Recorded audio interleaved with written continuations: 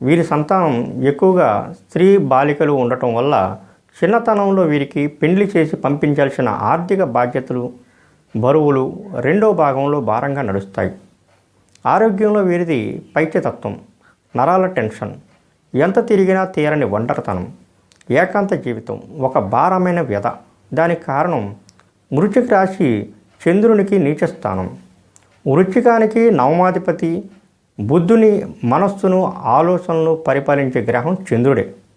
దానిలో వృశ్చిక రాశి చక్రంలో 8వ రాశి కనుక వీరు మరింత జాగ్రత్త వహించాలి. అందుచేత ప్రత్యేకంగా దైవచింతన, మనశ్శాంతికే ధ్యానం, యోగం, వృశ్చిక రాశి గ్రహదోష నివారణకు సుబ్రహ్మణ్య జపం, నవగ్రహ ప్రతిష్ఠ దానాలు చేయడం వల్ల దోష నివారణ మీద నమ్మకం, ప్రేమ, ఉదారమైన బుద్ధి, దానగుణం పెంచుకోవడం వల్ల వీరి గత జన్మలోని చెడు కర్మ నశించి చివరి భాగంలో వీరు మోక్ష స్థితికి కూడా ఎదగలిగిన దీక్షా పట్టుదల ఉంటాయి.